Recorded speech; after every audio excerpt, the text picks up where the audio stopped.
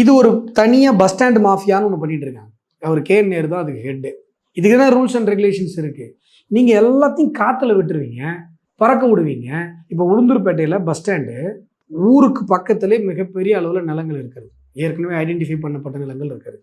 எல்லாத்தையும் விட்டாங்க. ஊரை தாண்டி ஏதோ ஒரு ஊர், இப்போ ஒரு கிராமத்தில் ஒரு மூலையில் நீர்நிலை ஓடை பகுதிகள் எல்லாம் அழிச்சிட்டு அங்கே கொண்டு வராங்க. காரணம் என்ன?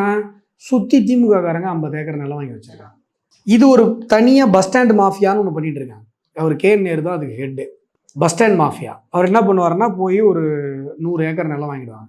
திருச்சியில் பாருங்கள், கள்ளக்குறிச்சியில் பாருங்கள், இப்போ அடுத்து உளுந்தூர்பேட்டையில் பாருங்கள். ஊருக்கும் அந்த பஸ் ஸ்டாண்டுக்கு சம்மந்தமே இருக்காது. நீங்கள் கிளாம்பாக்கம் வந்தப்போ கலாச்சாங்க, எல்லாம் மீம்ஸ் போட்டாங்க. எல்லா ஊருக்காரனும் மெட்ராஸ் போகிறதுக்கு பஸ் ஏறுவான், மெட்ராஸ்காரன் மட்டும்தான் வெளியூருக்கு போகிறதுக்கே அவன் ஊருக்கு போய் வேறு ஊருக்கு போய் பஸ் ஏறணும்னு சொல்லி கலாச்சாங்க. ஓ, மெட்ராஸ் மட்டும் கலாய்க்கிறீங்களா, இருக்குடா எல்லா ஊரையும் அப்படி மாத்திரன்னு சொல்லிட்டு திருச்சியில் பஸ் ஸ்டாண்டு திருச்சியில் இல்லை, கள்ளக்குறிச்சியில் பஸ் ஸ்டாண்டு கள்ளக்குறிச்சியில் இல்லை, இப்போ உளுந்தூர்பேட்டைக்கு சம்மந்தமே இல்லாமல் ஏதோ ஒரு ஊரில் வருது. இப்படிப்பட்ட ஒரு மாஃபியா. இதில் என்னென்னா, விழுப்புரம் பஸ் ஸ்டாண்டு முழுசாக ஏரியை நிறவிட்டு கட்டினாங்க கருணாநிதி அவர்களுடைய ஆட்சியாகும். இன்றைக்கி கொஞ்சமாக மழை பெஞ்சாலும் விழுப்புரம் பஸ் ஸ்டாண்டு மிதந்துட்டு தான் இருக்கும்.